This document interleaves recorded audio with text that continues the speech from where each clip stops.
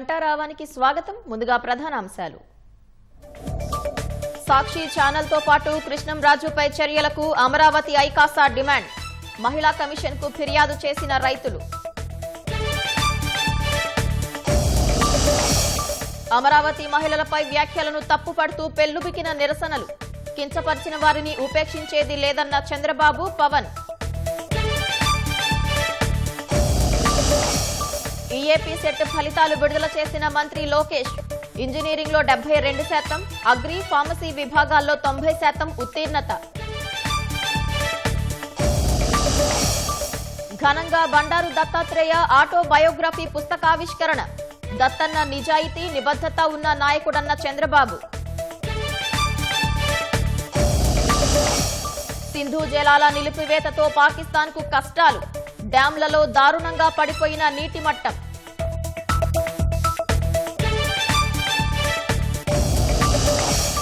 ఆఖరి రోజు మసులా బీచ్ ఫెస్టుకు పోటెత్తిన పర్యాటకులు. పారాగ్లైడ్, హెలి, స్పీడ్ బోటు రైడ్లతో కొత్త అనుభూతి.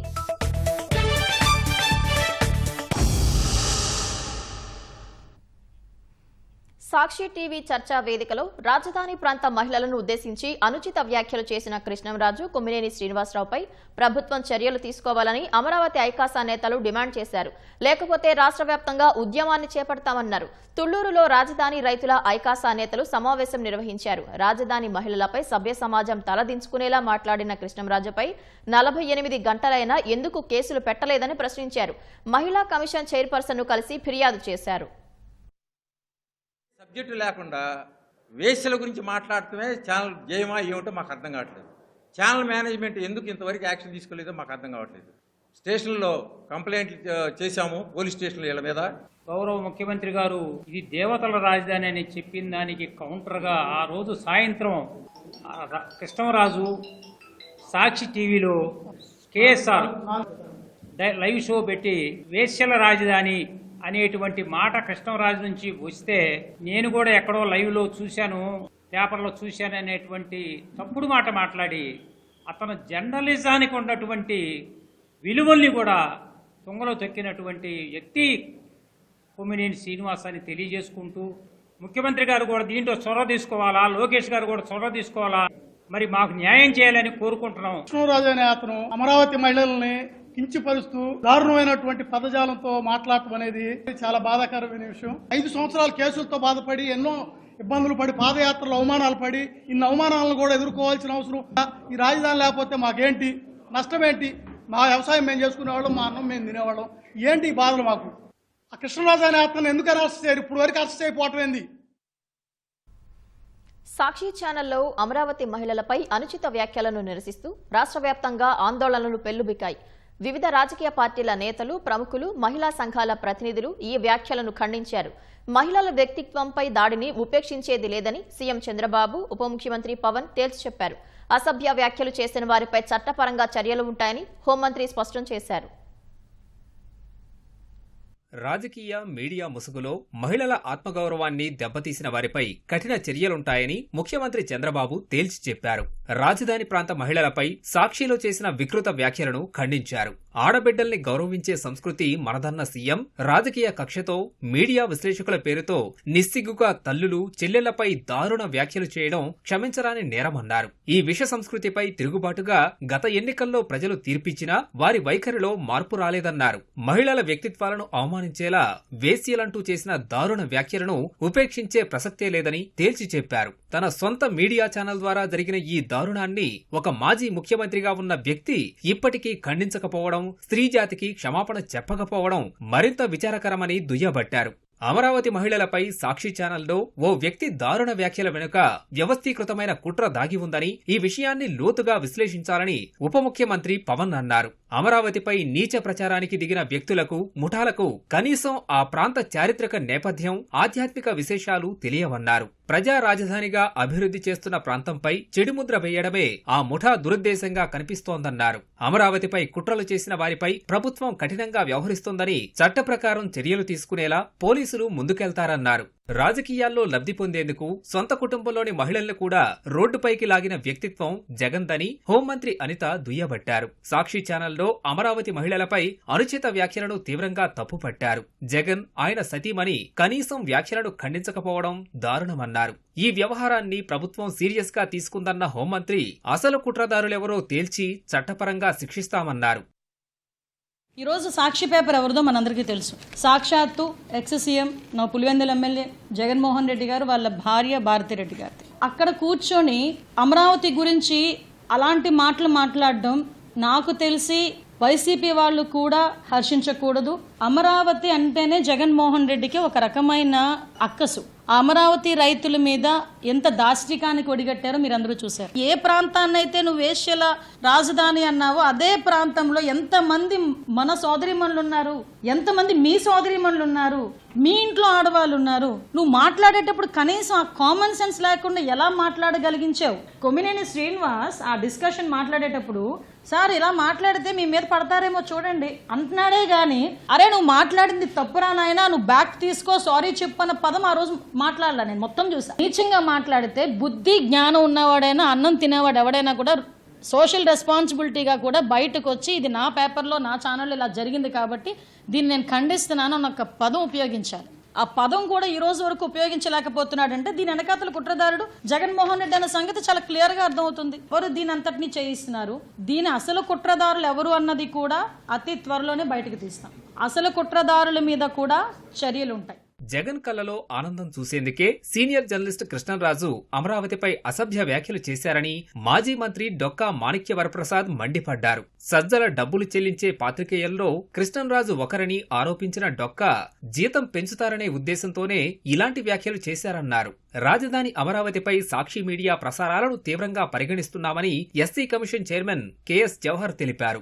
దళితుల నుంచి సాక్షిపై వచ్చిన ఫిర్యాదుల మేరకు ఆ ఛానల్కు సంబంధిత బాధ్యులకు సమన్లు జారీ చేస్తున్నామన్నారు. అమరావతి మహిళలపై చేసిన వ్యాఖ్యలను వెంటనే వెనక్కి తీసుకోవాలని మంత్రి మండిపల్లి రాంప్రసాద్ రెడ్డి అన్నమయ్య జిల్లా రాయచోటిలో డిమాండ్ చేశారు. పార్వతీపురం మన్యం జిల్లా సాలూరులో సాక్షి ఛానల్ యాజమాన్యంపై క్రిమినల్ చర్యలు తీసుకోవాలని పోలీస్ స్టేషన్లో మంత్రి సంధ్యారాణి ఫిర్యాదు చేశారు.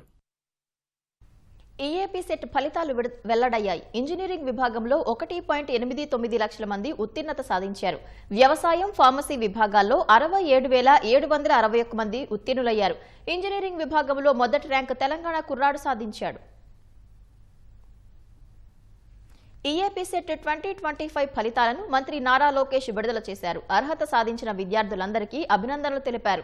ఇంజనీరింగ్లో 2.64 లక్షల మంది హాజరు కాగా 1,89,000 మంది ఉత్తీర్ణత సాధించారు.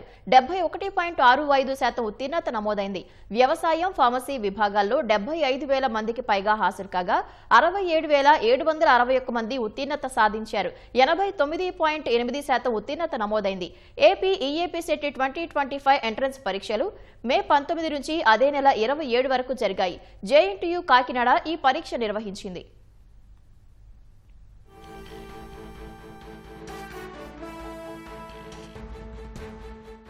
ఈఏపీ సెట్ ఫలితాల్లో ఇంజనీరింగ్ విభాగంలో మొదటి ర్యాంకు తెలంగాణకు చెందిన అవనగంటి అనిరుద్ రెడ్డి సాధించారు. 96.3 స్కోర్ సొంతం చేసుకున్నారు. రెండో ర్యాంకును మండవ్యపురం భానుచరణ్ దక్కించుకున్నారు. మూడో ర్యాంకును కోటిపల్లి యశ్వంత్ సాత్విక్ సాధించారు. 4వ ర్యాంకును ఉదగండ్ల రామచంద్రారెడ్డి సాధించారు. 5వ ర్యాంకును భూపతి నితిన్ అగ్రిహోత్రికి, 6వ ర్యాంకు తెలగతోటి విక్రమ్ లెవి దక్కించుకున్నారు. 7వ ర్యాంకును దెసిరెడ్డి మణదీప్ రెడ్డి సాధించారు. 8వ ర్యాంకును షాగంటి త్రిశూల్ దక్కించుకున్నారు. 9వ ర్యాంకును ధర్మాన జ్ఞాన రుత్విక్ సాయి సాధించారు. 10వ ర్యాంకును భద్రిరాజు వెంకట మణిప్రీతం దక్కించుకున్నారు.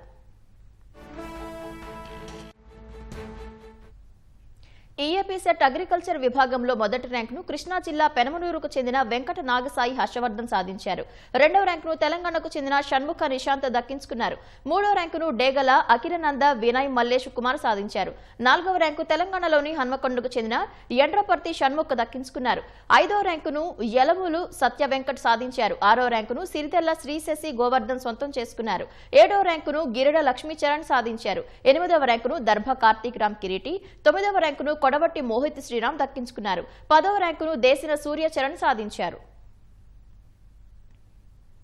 హైదరాబాద్ శిల్పకళా వేదికగా ప్రజల కథే నా ఆత్మకథ పేరుతో హర్యానా గవర్నర్ బండారు దత్తాత్రేయ ఆటోబయోగ్రఫీ పుస్తకావిష్కరణ కార్యక్రమం ఘనంగా జరిగింది. ఇందులో మాజీ రాష్ట్రపతి రామ్నాథ్ కోవింద్, మాజీ ఉపరాష్ట్రపతి వెంకయ్య నాయుడు, తెలుగు రాష్ట్రాలతో పాటు ఒడిశా, త్రిపుర గవర్నర్లు, ఏపీ, తెలంగాణ ముఖ్యమంత్రులు, కేంద్ర మంత్రి కిషన్ రెడ్డి పాల్గొన్నారు. శత్రువులు, విరోధులు లేని మహనీయుడు దత్తన్న అని ప్రముఖులు కొనియాడారు. సమాజంలో దత్తాత్రేయది విశిష్ట వ్యక్తిత్వమన్న రామ్నాథ్ కోవింద్ అన్ని వర్గాలతో ఆయన పనిచేశారని గుర్తు చేశారు.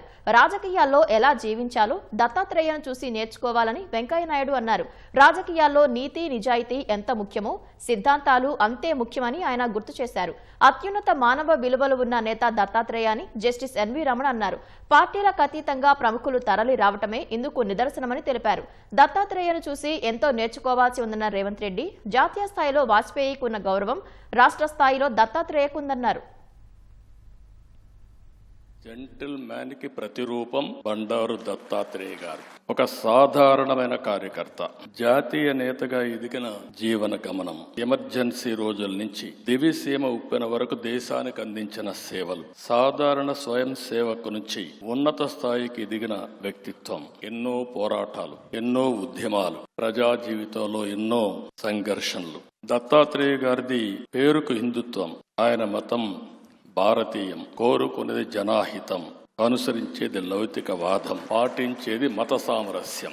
అధికారంలో ఉన్నా లేకున్నా పార్టీ కోసం పనిచేసే నిబద్ధతతో నిలబడిన వ్యక్తిత్వం అయింది. అన్ని పార్టీల వాళ్ళలో కలుపుకొని వెళ్లే హుందాతనం అయింది. అందుకే ఉన్నత స్థానంలో ఉన్న ఎప్పుడూ సాధారణమైన కార్యకర్తగానే ప్రవర్తిస్తూ ఉంటారు. అనేక ట్రెండ్స్ సృష్టించాడు. బండారు దత్తాత్రేయ గారి జీవితంలో 65 ఏళ్ల పాటు ప్రజాసేవలో తపనతో పనిచేశారు. 45 సంవత్సరాలు రాజకీయాల్లో కొనసాగారు. వివిధ ప్రజా సమస్యలపైన ప్రభుత్వాలకు ముఖ్యమంత్రి లేఖలు రాయడానికి అంబాసిడర్గా ఒక ట్రెండ్ సృష్టించాడు. ఈరోజు 2 రాష్ట్రాలు, తెలంగాణ రాష్ట్రం, ఇంకో పక్క ఆంధ్రప్రదేశ్ రాష్ట్రం. నేను ఎక్కడున్నా మిమ్మల్ని అందరినీ మనందరం కూడా చేయాల్సింది. తెలుగు జాతి ఒకటే, ప్రాంతాలు వేరు కావచ్చు. అదే సమయంలో మనందరి ధ్యేయం తెలుగు జాతిని ప్రపంచంలో నెంబర్ 1 స్థానానికి పెట్టడమే మనందరి యొక్క ఆలోచన. రాజకీయ పార్టీలు వేరు కావచ్చు. ఈరోజు మనం గుర్తుపెట్టుకోవాలి, పివిఎన్ నరసింహారావు గారు ఈ గడ్డ మీద పుట్టిన వ్యక్తి ఆర్థిక సంస్కరణలు తీసుకొచ్చి దేశం యొక్క దిశ మార్చారు. ఈరోజు ప్రపంచంలోనే భారతదేశం నెంబర్ 1 గా తయారయ్యే రోజులు తొందరలోనే ఉన్నాయి. అదే సమయంలో తెలుగు జాతి అందరికంటే అగ్రజాతిగా ఉండడానికి మనందరం దీక్ష తీసుకుని ముందుకు పోవాల్సిందిగా కోరుకుంటూ, దానికి కూడా దత్తాత్రేయ గారు ఒక స్ఫూర్తి. అక్రమ మైనింగ్ కేసులో మాజీ మంత్రి, వైసీపీ నేత కాకాణి గోవర్ధన్ రెడ్డి 3 రోజుల పోలీస్ కస్టడీ ముగిసింది. కృష్ణపట్నం పోర్టు పోలీస్ స్టేషన్లో 3వ రోజు కాకాణి న్యాయవాది సమక్షంలో ప్రశ్నించారు. డీఎస్పీ ఘట్టమనేని శ్రీనివాసరావు బృందం కాకాణి గోవర్ధన్ రెడ్డిని విచారించింది. కాకాణిపై అక్రమ మైనింగ్, పేలుడు పదార్థాల వినియోగం కేసులు నమోదయ్యాయి. ఫిబ్రవరి 23న పొదలకూరు పోలీస్ స్టేషన్లో కేసులు నమోదయ్యాయి. అక్రమ మైనింగ్ కేసులో కాకాణి గోవర్ధన్ రెడ్డి A4గా ఉన్నారు. తొలి రోజు 22 ప్రశ్నలు వేయగా కాకాణి నిర్లక్ష్యంగా సమాధానాలు ఇచ్చారు. రెండో రోజు విచారణలో 35 ప్రశ్నలకు తెలియదంటూ దాటవేత ధోరణిలో జవాబులిచ్చారు. మూడో రోజు విచారణ ముగిసిన తర్వాత కాకాణికి వైద్య పరీక్షలు నిర్వహించి జడ్జి ముందు హాజరుపరిచారు. కాసేపట్లో నెల్లూరు జైలుకు తరలించనున్నారు. మచిలీపట్నంలో ప్రతిష్టాత్మకంగా నిర్వహిస్తున్న మసులా బీచ్ ఫెస్టివల్ కు ఆఖరి రోజు పర్యాటకులు పోటెత్తారు. మంగినపూడి తీరం జనసంద్రంగా మారింది. కుటుంబ సభ్యులతో కలిసి సముద్ర స్నానం చేస్తూ పర్యాటకులు ఆహ్లాదంగా గడిపారు. ప్రభుత్వం ఏర్పాటు చేసిన heli ride, paraglide, speed boat ride కొత్త అనుభూతినిచ్చిందని చెబుతున్నారు. చివరి రోజు సందర్భంగా రాత్రికి ముగింపు వేడుకలు నిర్వహించనున్నారు. ఏంటంటే మనకు అంత ముందు బీచ్కి జనరల్గా వచ్చేవాళ్ళం, కానీ ఈ ఫెస్టివల్ పెట్టే వాళ్ళు ఏంటంటే చాలా పిల్లలు కూడా చాలా కుతూహలంగా ఆడుకోవడం ఇవన్నీ చేస్తున్నారు. సో ఇంతకన్నా మనకి ఏం కావాలండి, ఫ్యామిలీతో ఎంజాయ్ చేయడానికి బోట్ రైడ్ ఎంజాయ్ చేస్తాం బాగా. అరేంజ్మెంట్స్ అన్ని బాగున్నాయి. పోలీసులు కూడా చాలా సెక్యూరిటీ బాగా ఇస్తున్నారు. చాలా బాగా ఎంజాయ్ చేసామండి. యాక్చువల్గా ఈ బందర్ బీచ్కి నేను రావడం ఫస్ట్ టైం అనమాట. ఇక్కడ మసూలా ఫెస్టివల్ జరుగుతుందని చెప్పి ఈరోజు లాస్ట్ డే అని వచ్చాము మేము. ఇక్కడ అరేంజ్మెంట్స్ అన్నీ కూడా నాకు చాలా బాగా నచ్చాయి.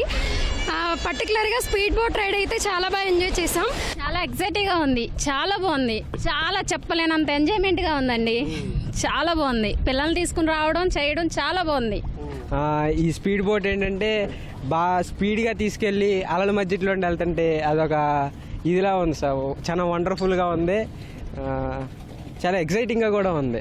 వెళ్ళేటప్పుడు కానీ వచ్చేటప్పుడు కానీ వస్తుంటే మల్టీ అడ్వెంచరస్ హబ్ లాగా మేము దీనికి కన్వర్ట్ చేసాము మచిలీపట్నం బీచ్. ఇక్కడికి బీచ్ ఫెస్టివల్కి వచ్చిన ప్రతి ఒక్క విజిటర్స్ చాలా ఎంజాయ్ చేస్తున్నారు. అడ్వెంచర్ అంటే వేరే ఒక వేలో మేము ఇంట్రొడ్యూస్ చేసాము. ఐ హోప్ ఈ బీచ్ మళ్ళీ టూరిజం కింద బాగా డెవలప్ అయ్యిద్ది, ఇంకా న్యూ అడ్వెంచర్ హబ్ అయ్యిద్ది.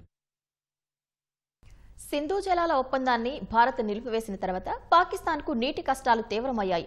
పాకిస్తాన్లోని పలు డ్యాంలలో నీటి మట్టం దారుణంగా పడిపోయింది. దాదాపు డెడ్ లెవెల్కు చేరిందని పాక్ అధికారిక గణాంకాల ద్వారా వెల్లడైంది. గతేడాదితో పోలిస్తే సింధు బేసిన్లో నీటి ప్రవాహం 15% తగ్గింది. వేసవిలో పంటలు ఎండి కష్టాల్లో పడిన పాకిస్తాన్ రైతులకు నీరు లేకపోవడంతో ఖరీఫ్ సీజన్లో మరిన్ని ఇక్కట్లు తప్పవని నిపుణులు చెబుతున్నారు. పెరిగిన ఉష్ణోగ్రతలు, వాతావరణ మార్పులు పాక్లో కరువు తాండవించేలా చేస్తున్నాయి. ఈ నేపథ్యంలో సింధు నదీ జలాల ఒప్పందాన్ని పునరుద్ధరించాలని భారత్ను వేడుకుంటూ పాకిస్తాన్ ఇప్పటికే 4 సార్లు లేఖలు రాసింది. గత 11 ఏళ్లలో బీజేపీ నేతృత్వంలోని ఎన్డీఏ ప్రభుత్వం మహిళల నేతృత్వంలోని అభివృద్ధిని పునర్నిర్వచించిందని ప్రధాని నరేంద్ర మోదీ అన్నారు. విద్య, క్రీడలు, స్టార్టప్లు, సైన్స్, సాయుధ దళాలతో సహా అన్ని రంగాల్లో మహిళలు రాణిస్తున్నారని, అనేక మందికి స్ఫూర్తిదాయకంగా నిలుస్తున్నారని చెప్పారు. కేంద్రంలో వరుసగా 3వ సారి అధికారంలోకి వచ్చిన ఎన్డీఏ ప్రభుత్వం తొలి వార్షికోత్సవానికి ముందు ఎక్స్ మాధ్యమంలో ప్రధాని పలు పోస్టులు చేశారు. మహిళలకు ప్రయోజనం చేకూర్చిన జన్ధన్ ఖాతాలు, ఉజ్వల యోజన వంటి పథకాలను ఉదహరించారు. ఉజ్వల యోజన ద్వారా 10 కోట్లకు పైగా గ్యాస్ కనెక్షన్లు ఇచ్చామని చెప్పారు. ముద్రా రుణాలు లక్షలాది మహిళలు పారిశ్రామికవేత్తలుగా ఎదిగేందుకు వీలు కల్పించిందని ప్రధాని మోదీ పేర్కొన్నారు. ప్రధానమంత్రి ఆవాస్ యోజనలో మహిళల పేరుతో ఇచ్చిన ఇళ్లు కూడా అద్భుతమైన ప్రభావాన్ని చూపాయని తెలిపారు. బేటీ బచావో బేటీ పఢావో కార్యక్రమం ఆడపిల్లలను రక్షించడానికి జాతీయ ఉద్యమాన్ని రగిలింపజేసిందని ప్రధాని మోదీ పేర్కొన్నారు. గత ఆర్థిక సంవత్సరం దేశంలో విదేశీ ప్రత్యక్ష పెట్టుబడులు భారీగా పెరిగినట్లు కేంద్రం వెల్లడించింది. 2024-25 ఆర్థిక సంవత్సరం భారత్లోకి దాదాపు $81.4 బిలియన్ ఎఫ్డీఐలు వచ్చినట్లు కేంద్రం వెల్లడించింది. అంతకుముందు ఆర్థిక ఏడాదితో పోలిస్తే ఈ మొత్తం 14% అధికమని వివరించింది. గత 3 ఏళ్లలోనూ ఇదే అత్యధికమని పేర్కొంది. గత ఆర్థిక ఏడాదిలో వచ్చిన ఎఫ్డీఐలలో దాదాపు 51% మహారాష్ట్ర, కర్ణాటక రాష్ట్రాల ఖాతాలో చేరినట్లు వెల్లడించింది. అత్యధికంగా మహారాష్ట్రకు $19.6 బిలియన్ విదేశీ ప్రత్యక్ష పెట్టుబడులు వచ్చినట్లు కేంద్రం తెలిపింది. ఇది దేశానికి వచ్చిన విదేశీ ప్రత్యక్ష పెట్టుబడుల్లో 31% అని చెప్పింది. తర్వాత $6.62 బిలియన్ కర్ణాటక 2వ స్థానంలో ఉన్నట్లు వెల్లడించింది. తర్వాత $6 బిలియన్ ఢిల్లీ 3వ స్థానంలో ఉంటే గుజరాత్కు $5.71 బిలియన్, హర్యానా 3.14, తెలంగాణ $3 బిలియన్ ఎఫ్డీఐలు వచ్చినట్లు కేంద్రం తెలిపింది. మౌలిక సదుపాయాలు వృద్ధి కారణంగానే మహారాష్ట్ర, కర్ణాటకలకు ఎఫ్డీఐలు పెద్ద ఎత్తున తరలివచ్చినట్లు పేర్కొంది. తెలంగాణలో సుదీర్ఘ నిరీక్షణ తర్వాత ఎట్టకేలకు మంత్రివర్గం విస్తరణ జరిగింది. రేవంత్ రెడ్డి జట్టులోకి మరో 3 అమాత్యులు చేరారు. హైదరాబాద్ రాజ్భవన్లో ధర్మపురి ఎమ్మెల్యే అడ్లూరి లక్ష్మణ్, చెన్నూరు ఎమ్మెల్యే గడ్డం వివేక్, మక్తల్ శాసనసభ్యుడు వాకిటి శ్రీహరితో తెలంగాణ గవర్నర్ జిష్ణుదేవ్ వర్మ ప్రమాణ స్వీకారం చేయించారు. తెలంగాణ సీఎం రేవంత్ రెడ్డి ఆ రాష్ట్ర మంత్రులు, కొత్త మంత్రులకు శుభాకాంక్షలు తెలిపారు. సామాజిక సమీకరణలలో భాగంగా మాదిగ, మాల, ముదిరాజ్ వర్గాలకు చెందిన 3కి అవకాశం లభించింది.